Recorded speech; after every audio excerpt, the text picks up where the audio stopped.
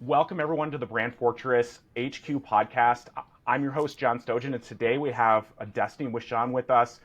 She is an absolute dynamo in the Amazon space. I'm so excited to have you here. You've been an amazing speaker at some of the best events involving Amazon and e-commerce. I saw on your website over 9,000 podcasts and events, which is just incredible.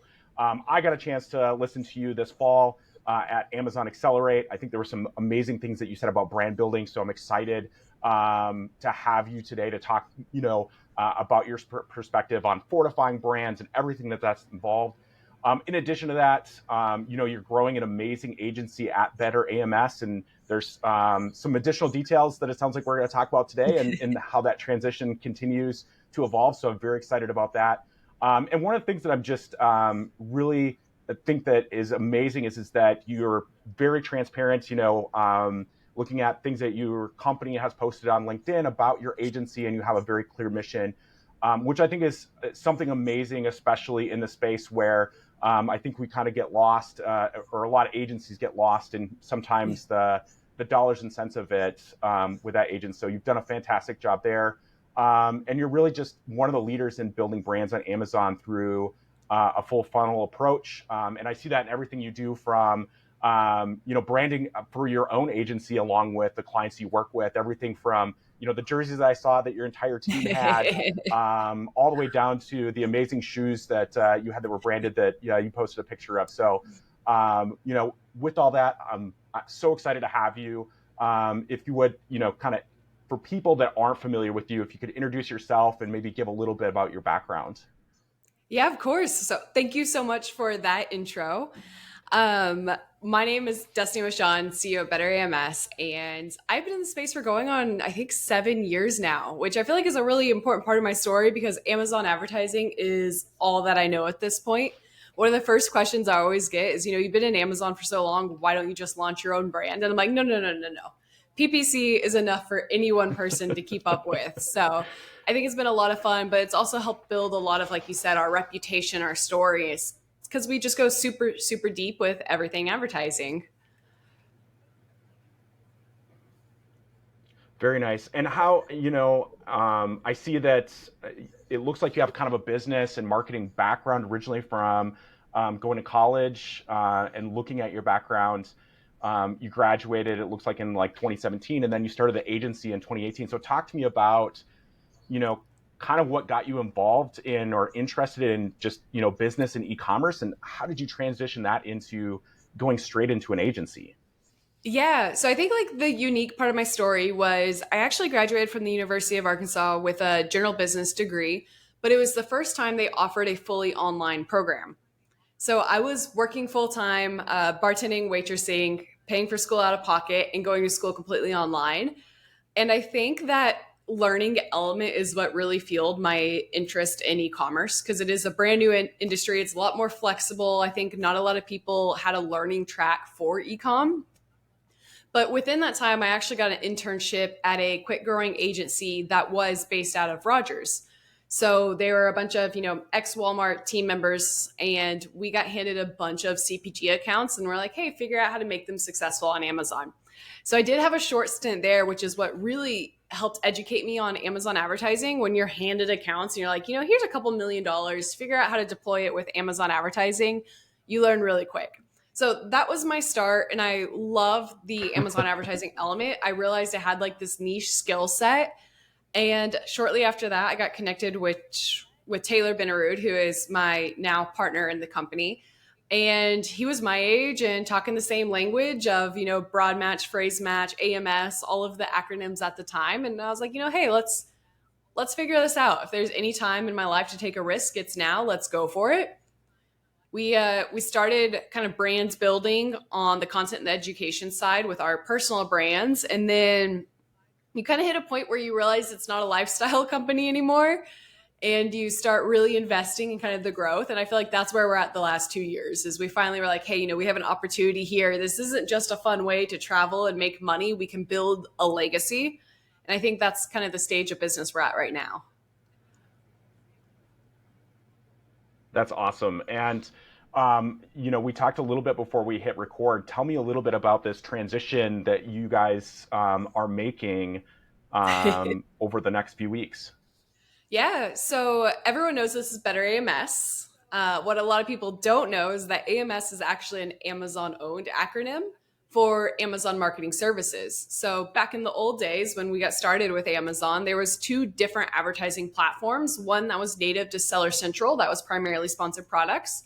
And then there was a vendor central advertising platform that was called AMS. And that's what gave you access to what used to be headline search ads and product display ads, but now it is a sponsored display, sponsored brand ad. So we really built a lot of our reputation off running those style of ads. And then as we've scaled in this space and our visions really change, we realize, we want to build something that's a little bit bigger. We want to continue to be Amazon advertising experts, but retail media in itself is the future of the industry. So we're wanting to build that reputation off more than just Amazon. So this will be the first podcast I've actually been on since the announcement is going to happen, but we're going to be making the full transition from Better AMS to Better Media, but it's going to be BTR Media. And we're really starting to set the foundation for, again, what that legacy looks like, the agency we want to build for 5, 10, 15 years from now, rather than the agency that we started with, which was built off the niche Amazon advertising expertise. Okay. And talk to me a little bit about, so you mentioned the transition. I think this is so important, especially for brands out there that are listening. Tell me a little bit more about that transition that you see happening in the e-commerce space and in retail to more of media advertising outside of, Yep. Where we've been the last couple of years, very, Yep. kind of CPC click, bottom funnel focused. This is a fantastic question. So I think like the biggest thing we're forecasting is a move away from traditional search. And what that means is on Amazon right now, if you go and you type in orange pin, you're going to see an ad for orange pin. It's very, bottom of the funnel, like you mentioned. The customer's already searching for that. Well, you only have so many placements on a page to fill an ad, for one. And for two, I think the introduction of a more robust AI model is making a really big transition where we're actually seeing more path to purchase insights being wrapped up into search. And what I mean by that is not only are we going to be able to show an ad for everyone who types in orange pin, but now I think Amazon's going to start integrating their past shopper history. They're going to say, hey, this person historically has bought a red pin. Maybe let's show them a red pin. Or maybe this person looks like they're a college student. Let's change the ad that we're showing them. Walmart just introduced, I think this week at CES, a AI model being integrated directly into their search. And we're going to see the same, I think, on Amazon. And it's going to start moving into much more brand building as well. We've seen it with, streaming TV and a lot of the DSP assets. Media is going to be the focus. It's no longer going to be PPC. It's going to be integrating more audience insights, more creatives that are designed specifically for the audience typing in the search term. And that's what we're trying to embrace. Okay. And I think that that's an important thing for brands to take away is that, like you said, there's limited placements. Quite frankly, I feel like we've been very spoiled with the sponsored product, especially the sponsored product ad type, where we know, like you said, everybody who's searching for yellow pins, I can pay to put my listing up at the top, so it shows up first. And I think all brands are kind of feeling this right now. That's getting a lot more expensive, and so there has to be a shift.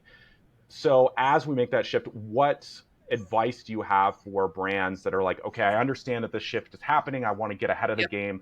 How do I make that transition from being, click centric to being much more, targeted towards that full funnel in this new retail advertising space? I think there's like one thing I want to call on that we see a lot of misconceptions, or maybe not misconceptions, just misunderstanding. As you mentioned, there's limited retail or limited space on the page. And something that we use to explain this concept to people is Amazon advertising and Walmart Connect advertising is just real estate. You're bidding on real estate on a page. So I used to always see the questions in the group of, I'm bidding $3. Why am I not showing up at the very top of the page? I'm like, well, it's all it is real estate. You need to bid more and more and more. If you bid the most on a very relevant keyword, you're probably going to win. But that bid is also directly correlated with your ROAS. You bid too high, maybe you can't afford that placement because your ROAS is too low. So when you start considering the fact that you have brands that are willing to pay $10 to $15 CPCs to be at the top of the page, because in my opinion, it is one of the most valuable billboards in all of advertising, because you're showing an ad to someone that's already in your aisle, like you mentioned. I think Yep. the next lever is making sure your conversion rate can account for how expensive that placement is, right? You wouldn't open up a retail store on Fifth Ave and have, you know, dust on the floor and dirty end caps or anything like that. And yet people are trying to bid on this high traffic placement with a terrible listing.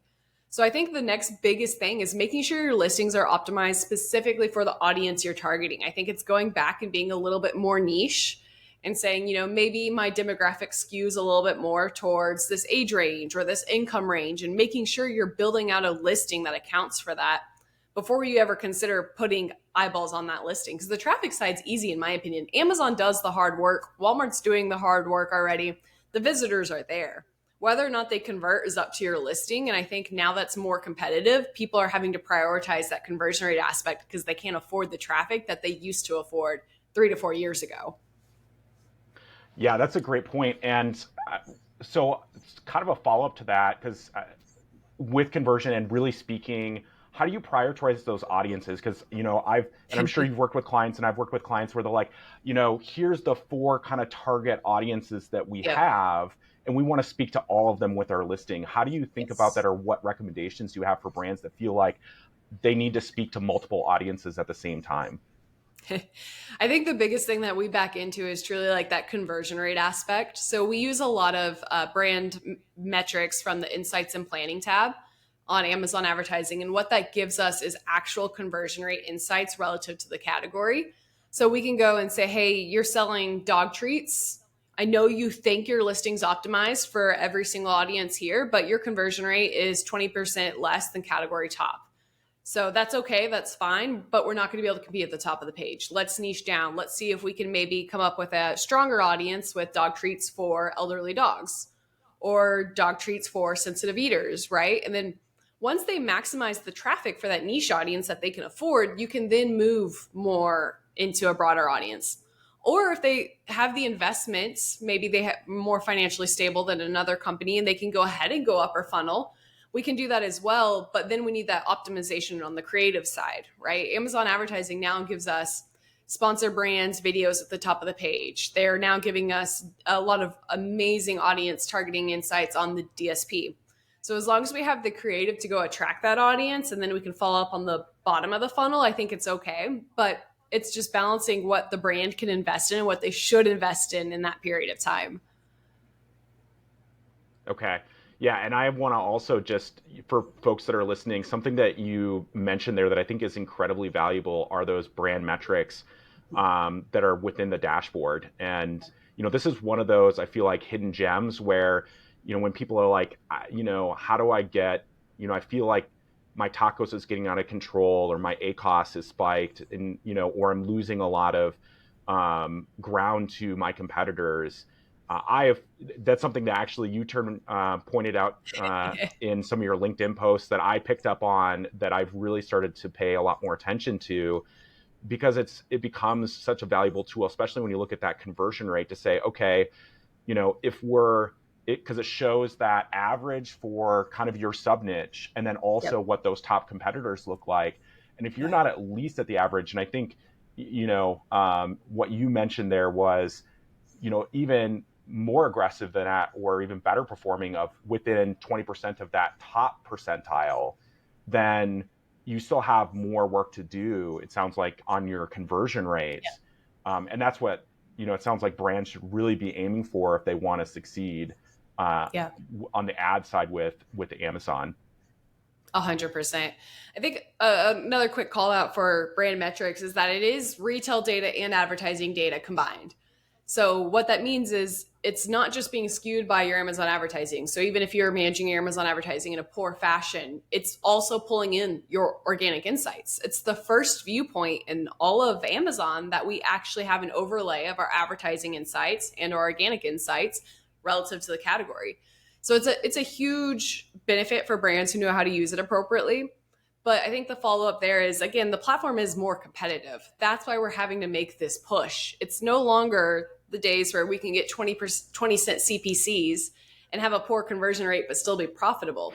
Once those CPCs are kind of increasing, we're having to get really, really good at making sure we're targeting the right terms, make sure our conversion rate is optimized for whatever budget we're trying to back into. And knowing those insights can really help us say, hey, here's what the category is doing. We have room to improve. Because everyone thinks their brand's the top converting brand, trust me. But once you actually look at the insights, you're like, oh, we got room to improve here. Okay.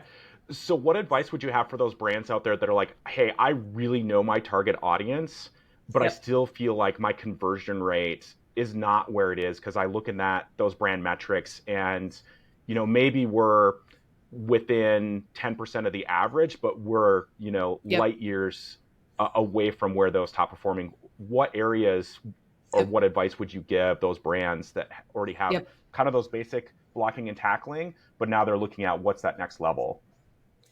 Yeah. So let's say like everything is optimized relatively well in terms of content, imagery, price point, all of that's backed into. I think the next biggest thing, and this kind of goes back to your earlier question of like, what's the future?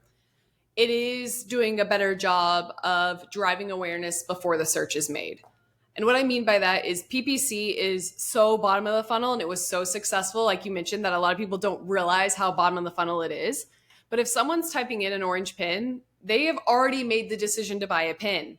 So now you're just being compared to every other pin on the shelf. They've already walked into the Walmart, the Target, went into the aisle, right? Amazon did all the hard work. So I think the next big thing we're pushing brands is how do you build awareness off the platform? How do we go back into kind of that traditional media mode where we need to drive awareness and be a little bit more disruptive? We need to say, hey, back to school is coming up. Let's go ahead and start serving an ad to every single person who purchased a pin last year. Let's remind them they may need a new pin, right? And when you drive that awareness beforehand, that means when they do decide to make that search on Amazon, you're going to be more likely to convert because you've already educated them on why your pin is better. Now, I think this is where a lot of people don't make the investment because sponsored products were so successful. They go and run that streaming TV campaign or that DSP ad and they want to see immediate results. No, it's more disruptive advertising. What you want to do is you want to drive awareness. You want to run the video ad, educating everyone on why your pin's better.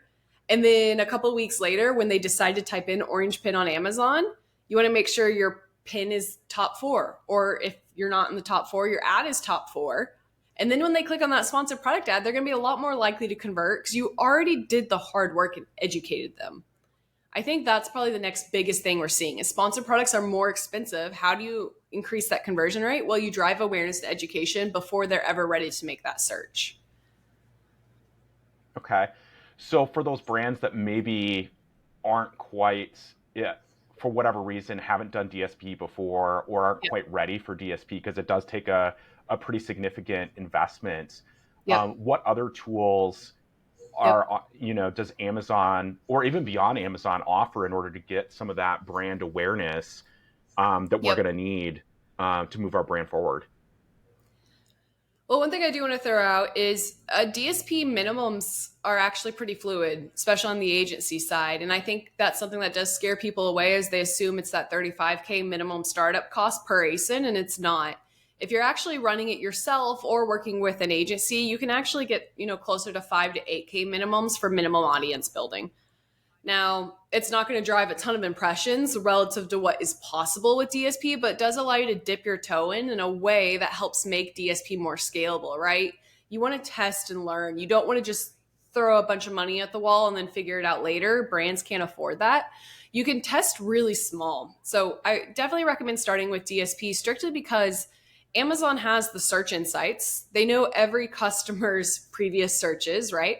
But they also have the audience insights that a brand gets from Meta or from Google, right?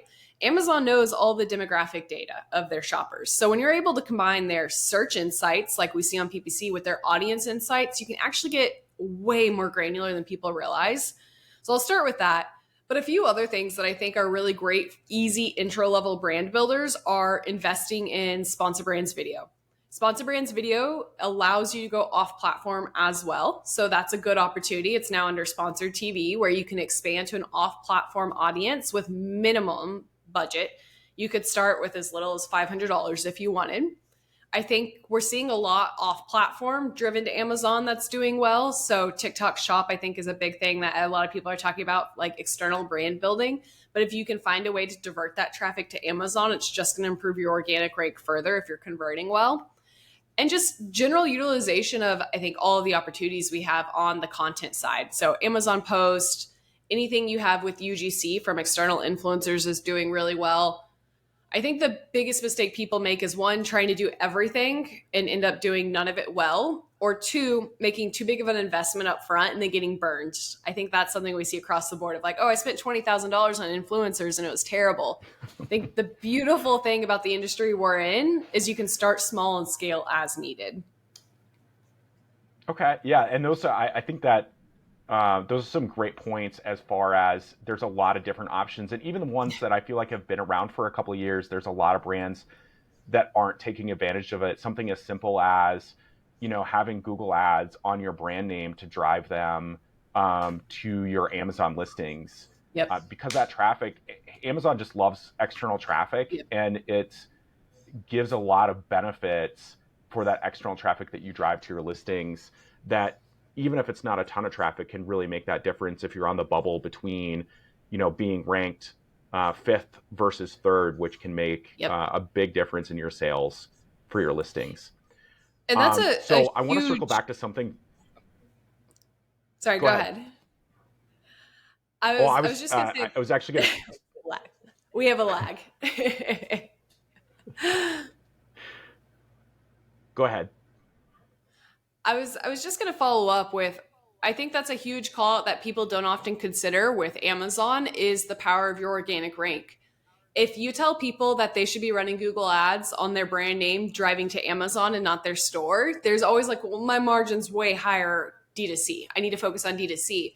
But I think the variable they're forgetting is the economies of scale on Amazon, where if you improve your organic rank from number 8 to number 4, the traffic potential is so much higher. So yes, your margin may be lower, but you're driving so much more volume that it's okay. So I think making sure we're considering that full funnel when we look at everything external is just an incredibly important call out, because your organic rank is what's going to drive the majority of your sales in a healthy way. Yeah, 100% agree. And I think what trips up a lot of brands is not taking into account how exponential Amazon is. So, just kind of double clicking on that from fifth to third, that third place position could have double the sales that the fifth place position does. And, even though they're only 2 positions away, they're very close to each other. The amount of exponential sales that you get from that, I think we like to think in just naturally in things being linear. And Amazon really challenges us to think about things exponentially when we look at, what's the difference between first and 10th. And we think it's just 9 positions when really it's, probably 10, 20, or 100 times different when we start looking at sales velocity, which has so many different benefits on Amazon. Yeah, could not agree more.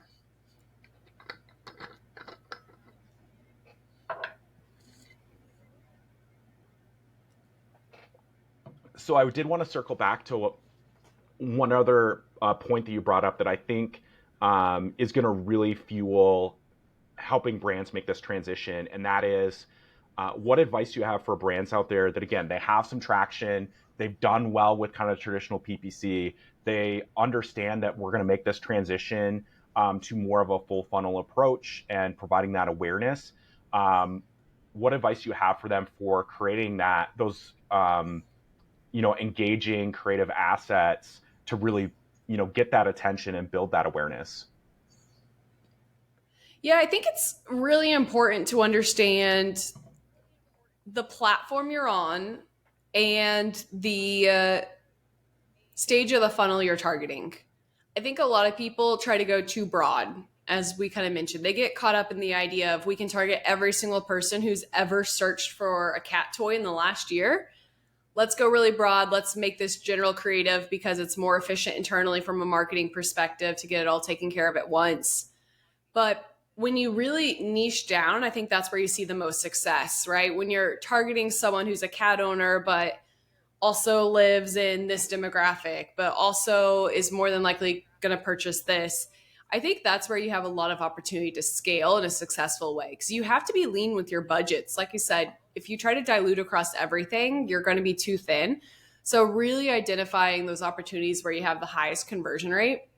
Now, we don't do a lot on the creative optimization side, so I'm not going to touch too much on like really quick action items of, hey, like have this style of graphic, follow up with this lifestyle image, not my area of expertise. But from everything we've seen, what does the best is going niche. I mean, you have the ability to target as simple as one keyword, right? Let's also make sure our creatives are aligned with that. If I'm targeting elderly dog toy versus puppy dog toy, let's make sure my copy is aligned with that. Let's make sure the custom image in my sponsor brand ad is aligned with that. And that's how you compete with those more expensive real estate, is by making sure you have high alignment with the audience you're targeting and the creatives you're serving them. Yeah, and I think that that's such a important 2 points to connect together is one, making sure that you're niching that creative both in copy and image, and then Amazon specifically. And I think that we think about sponsored product ads and how they get to the top, but really that headline sponsor brand ad that's been around for a long time is what takes up that first top of fold. And now we're seeing a lot more of that sponsored brand video ad really take that spot. And that essentially gives you up to 45 seconds to tell your brand story, explain why your brand is better than the other alternatives that people are looking for. And there's so much you can do with that video, especially in a day when what I hear a lot is, there's a ton of overseas competitors that are flooding the market and that type of stuff. And the reality of it is that at least what I see is that most of those, kind of copycat competitors will go through the effort to put that sponsored product ad there to have a listing that looks very similar to yours, but they're not going to go through the effort to put together an amazing video that speaks to your audience and tell a brand story. 100%. I think to that point, everyone in that position of launching Me Too products, right? Just throwing up a generic knockoff product, they typically win by being lowest price, right? And that's a never ending game. So when you think about your product and your brand, do you want to fight to race to the bottom? Or do you want to build a brand that can maintain positioning even at a premium price point? And that's where you have a competitive advantage. Because like you said, if you're trying to have the lowest price on the page, you're not going to invest in a video asset. You can't afford that. You don't need to. You're going to get clicks because you're the cheapest on the page. So how do you compete with that if you're not the manufacturer who can get that level of price? You build the brands. You create a listing and you create video assets that are so fantastic that people are willing to pay $4 to $5 to $6 more for. And Amazon's giving us the opportunity to do that where they haven't in the past, right? Creative and brand building opportunities were never amazing on Amazon. That was always a reason in-store brands didn't want to transition over. But now, like you said, you have this high value placement at the top of the page where you can show a video. And the highest traffic, highest visibility e-commerce page, and I think in all. And a lot of people still get caught up on what I'm going to shout out is your call out that it's linear. Some people aren't going to pay for that placement because they think it's too expensive and maybe it doesn't convert that well. But to your point, shoppers are not linear either. Most shoppers don't immediately click on an ad and purchase within 5 minutes. Like we've seen those insights through AMC. If you take the learning console, they have a call out that the average customer, I think, takes at least 5 days to make a decision after initial search is made. So when we start considering these aspects, you run this video knowing that a customer may not click on it because they don't want to be served an ad, but they may scroll lower on the page and then see your sponsored product ad or your organic placement lower and then end up purchasing. That video may not get credit because it's it's a cost per click model, right? So it's something to really consider as well when we look into brand building, is that brand building is also not linear and our customers don't shop in a linear fashion. So how do we hit them at multiple points in their journey so that way they'll convert the moment they finally do land on our listing? Yeah, and I think that that's such an important point, where I feel like if we roll back, either off of Amazon or go back, 10 years ago, kind of before Amazon existed, it was, pretty much accepted knowledge that customers needed to hear from your brand, somewhere between, 5 to 10 times Yes. before there was enough brand recognition and trust and everything else there in order to purchase your product.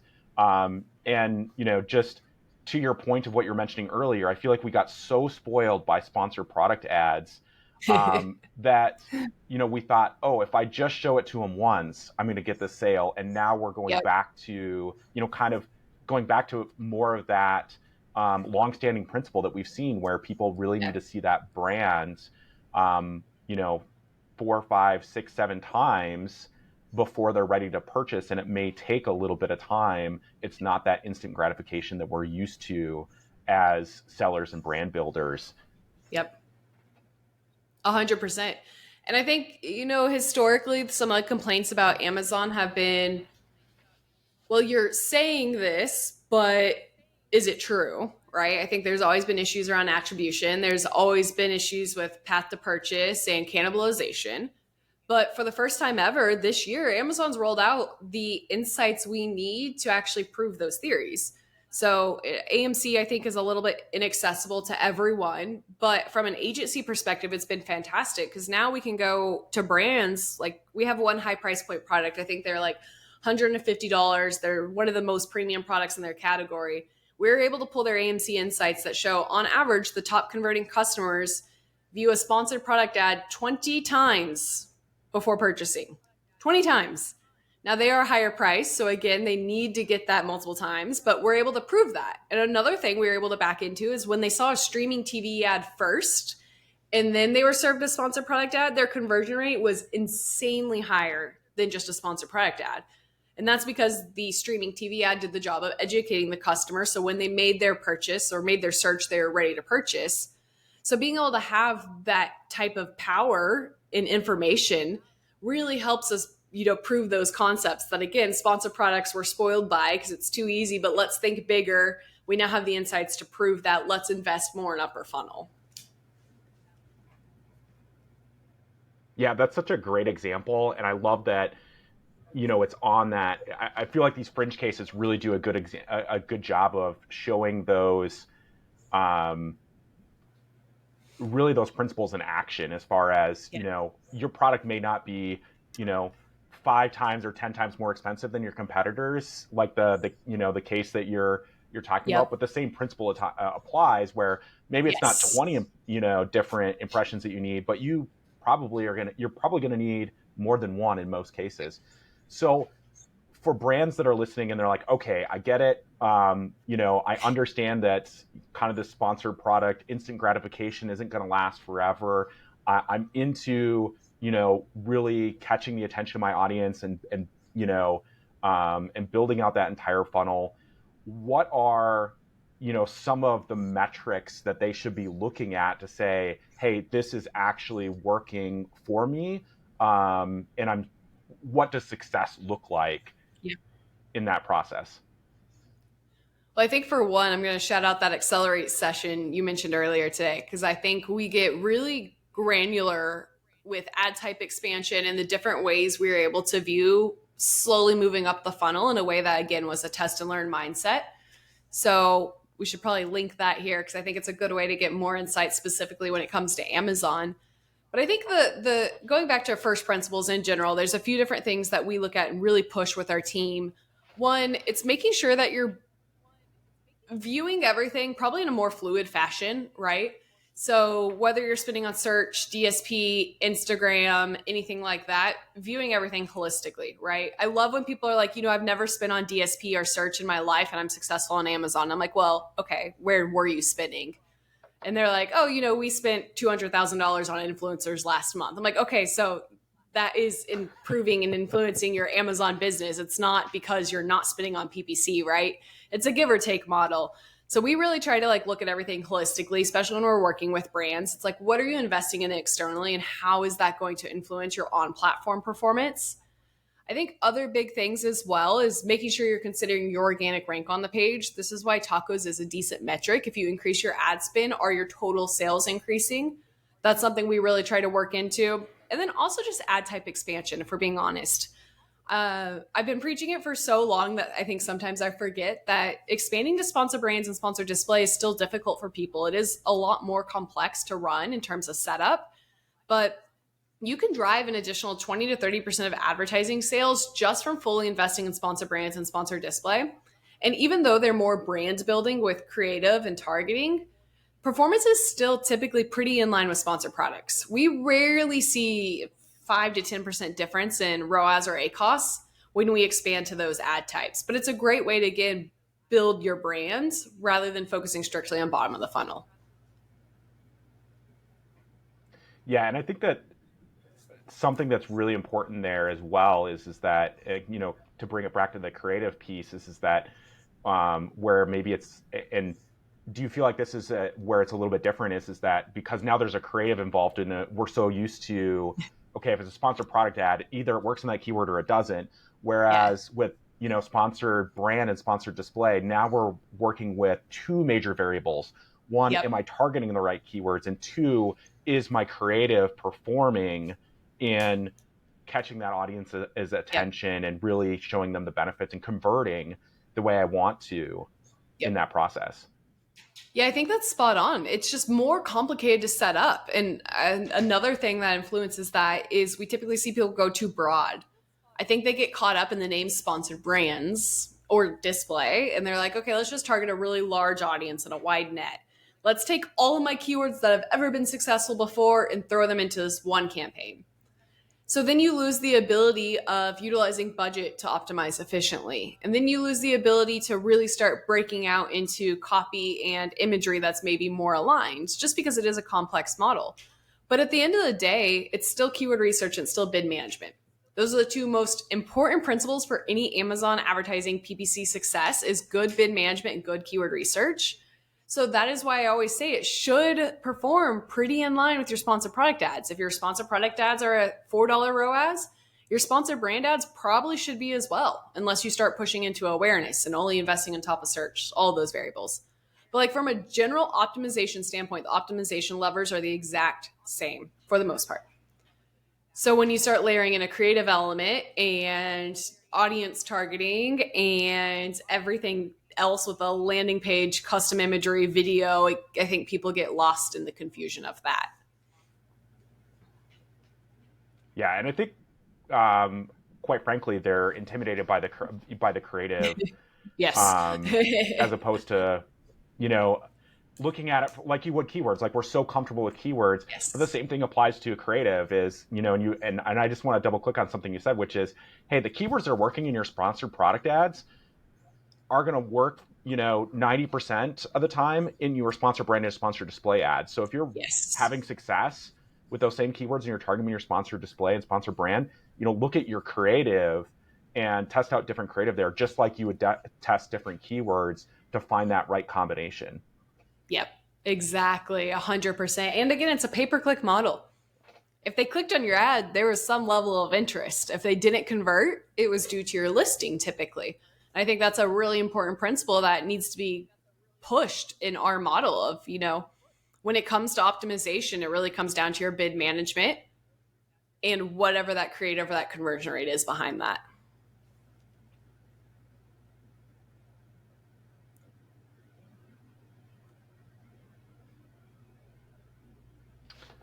Yeah, well, like you said, kind of those principles around bid management, and having the right keywords, and I think I don't want to lose sight of something you said, which was if for those people that maybe haven't quite made that transition where they've tipped their put their toes in the water in sponsored brand and sponsored display, but really haven't put some effort into it, an additional 20% of PPC may not sound like a lot, but think about it from the perspective of, again, that flywheel effect and what we see on Amazon. What I feel like is Yep. very unique about Amazon is that if I get an additional 20% of my PPC, I'm probably going to see a somewhat similar lift on the organic side.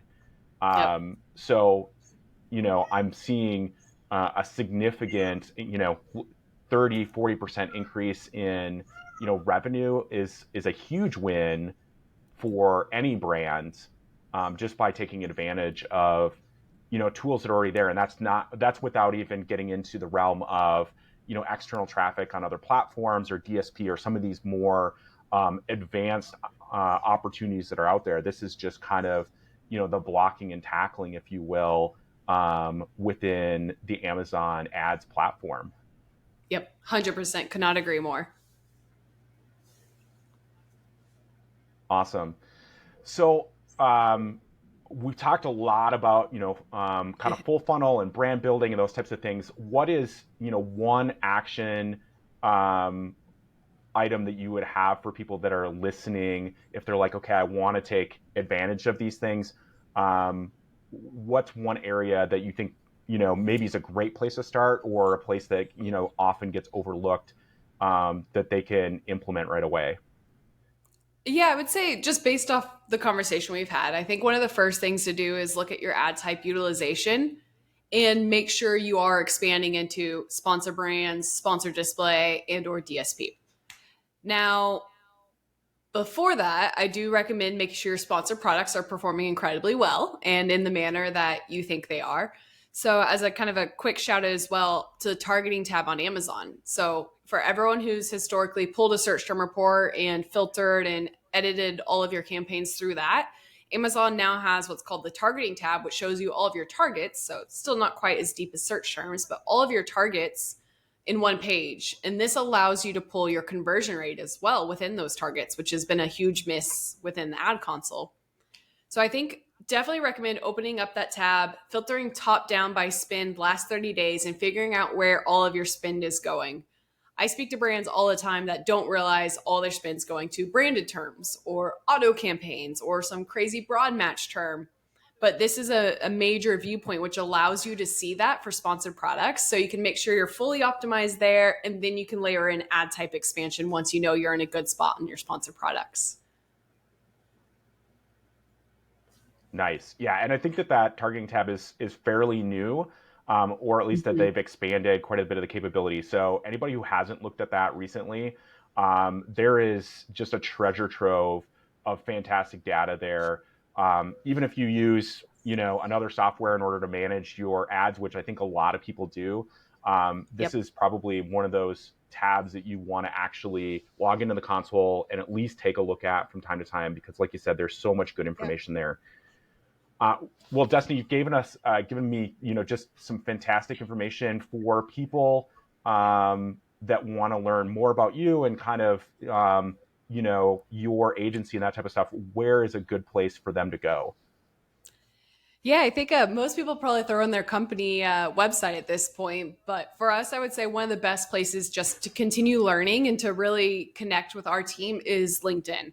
We post a ton of content out there, and we're really focused on just, all the newest rollouts, newest strategies, being first to market on the content and the education side. So we recommend starting there to learn from us first. And then if you're ever interested in working with us, you can go to our website, which will be Better Media. Awesome. Well, thank you so much for being on the podcast. I think that, again, there's a ton of takeaways for people as we look at that transition from, kind of sponsored products to more of a holistic brand approach, and really fortifying, your brand as you build it on Amazon and beyond, over the next couple of years, and being successful. So thank you so much again for being on the podcast. Um, and it was just a delight to have you. Amazing. Thank you so much, John. This was fantastic and can't wait for it to be published.